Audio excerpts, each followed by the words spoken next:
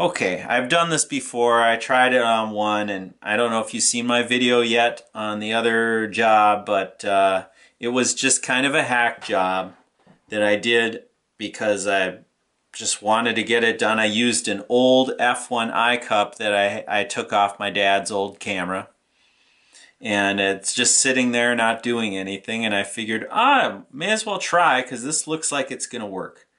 So, all right. We'll get cutting here in just a second. Okay, now for the first cut. Alright, so again, we're going to take and lift up the eyepiece so that I can see the light underneath it.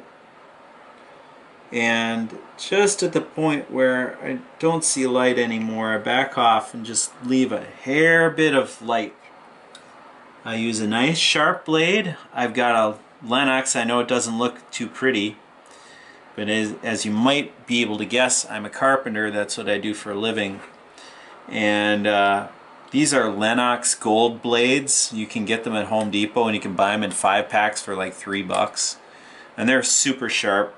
They have a nice titanium nitride coating.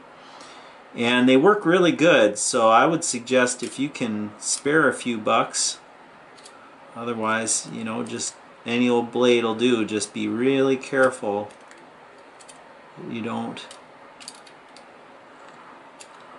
You know, actually what I might do here is I might take the blade out and use it without. Okay. So it's hard to see the marks. It doesn't work too incredibly well to cut rubber. It's kind of hard to work with. In fact, I would be almost better off with a ball or something to keep it from moving around. You know, I wish I had something. Maybe I can find something and come back. I just grabbed a cap for film container, just any film container cap, you know, Kodak. What I'm going to do is I'm going to place that underneath the eye cup, so when I push down, I can push without having to worry about the darn thing going straight down and then making a cut and make a mistake. So I'm using this as my little guide. Okay, so now I'm going to simply take my knife and I'm going to cut it down to just where it meets the round part, or the curved part of the eye cup. Alright, so we're going to cut this section out. So I push down and go back and forth, left and right, slowly and gently, while paying attention to where the rubber is, where the rubber meets the eye cup. Okay, so right about, okay, right about there. That's about right. Okay.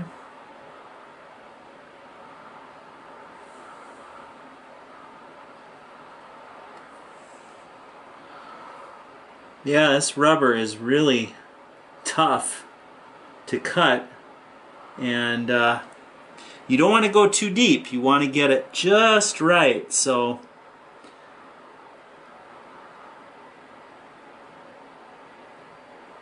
take your time. Don't rush. Be careful and take it slow. Alright, so now as you can see, rubber we can separate. Okay, so now you can see the rubber here. It is separated. the way I wanted it. Now I have to cut this arc from point A to point B. So again, I've got to find something to keep it solid underneath so I don't make any mistakes. Now this is the Canon F1 eyecup. Now when you buy the eyecup, you may or may not get a little metal band that comes with it, and it just fits on the inside like so. And this metal band makes it so that it screws the the eyecup screws right onto the Canon F1 body. So this actually comes in handy. So if you have the little metal piece, you can insert it back into the eyecup, and you can cut around the edge a little easier that way. It'll make it so that it's already you know, holding it for you. So now all you have to do is cut from here all the way to here, and you want to cut into the rubber without touching this rubber on this side here. You want that to be nice and strong, and you know, you don't want to cut into it at all. So very carefully we're going to peel this. You see, we're going to just peel that right out, cut it right out. So again, no reason to rush. Take your time, do a nice neat job, okay? And it really helps to have this little cover, you know, for your film container underneath. Gives you a nice solid work surface. So I'm going to go ahead and I'm going to cut slowly.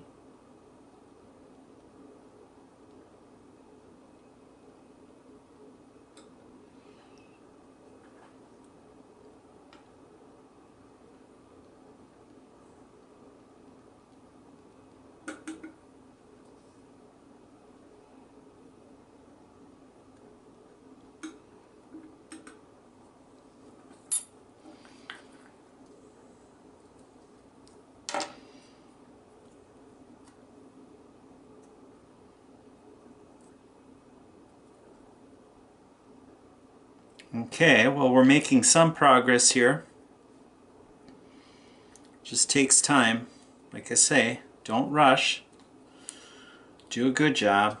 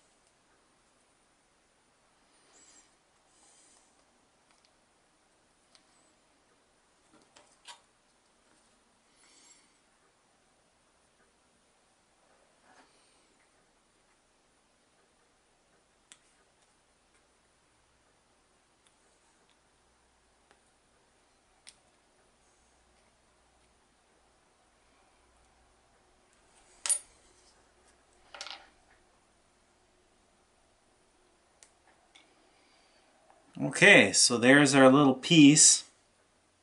Okay, so now if you notice, this will mate onto here now.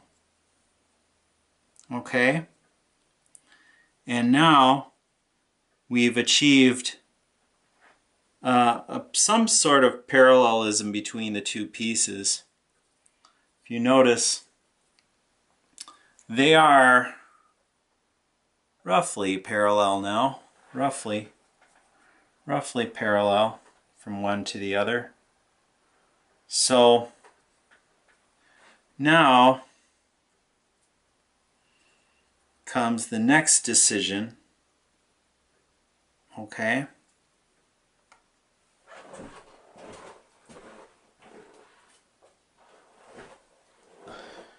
This is the Sony electronic viewfinder. Now, if you notice,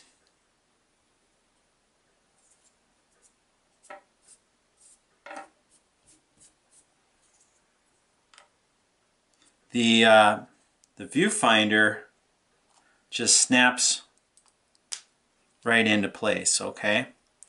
And you take the viewfinder eyepiece cover, or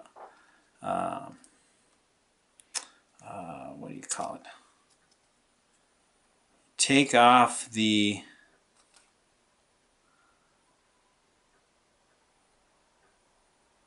eyecup. The eyecup just pops on and off, you see. So our goal is to mate the eyepiece to the eyepiece cover, and also allow this little sensor right here, if you can see that, this sensor right here, little sensor off to the side, I'm pointing to it right here, here. That sensor needs to be exposed because that sensor can sense when your face comes up to, your eye comes up to the eyepiece, and then it shuts off the display and switches to the electronic viewfinder.